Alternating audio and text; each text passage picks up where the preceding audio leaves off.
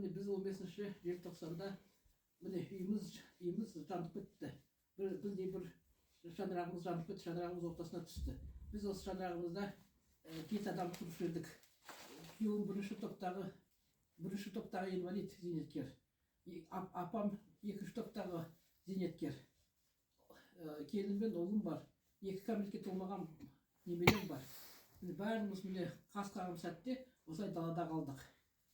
Міне бүкіл халықтарға рахмет, енді халық көмектесті, бірақ енді біз акиматқа барып едік, акимат бізге 100 мрп-ге көмегімізді береміз, басқа бізде сондай полномочия жоқ дейді. Даже үйді де жалдап бере алмаймыз дейді. Сол, міне осы уақытқа дейін 10 күн болды, міне ешқандай акиматтан ешқандай неден хабар жоқ осы уақытқа дейін. Біз жатырмыз арғын үйінде қыстырысып, күйеуім нашарлап жатыр. Күйеуімізді так төсекке тартып жататын. Міне қазір осылай нашарлап қалды үйсіз қалғаннан кейін. Мен 24 сағат күйеуімнің алдынан шыға алмаймын, күйеуімнің қасынан. Ол постоянно жатады. Төсекке тартып жатқан кісі.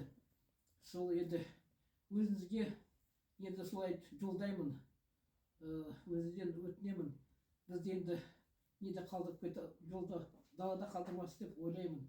Сізден өтініп осы бірдеме қыларсыз деп енді көмегіңіз тиетін шығар деп сізден басқа енді ешкімге хабарласа алмаймын. Ешкімнен не алмаймын, ешкімге де. Өзіңіз енді бізді далада қалдырмассыз деп ойлаймын.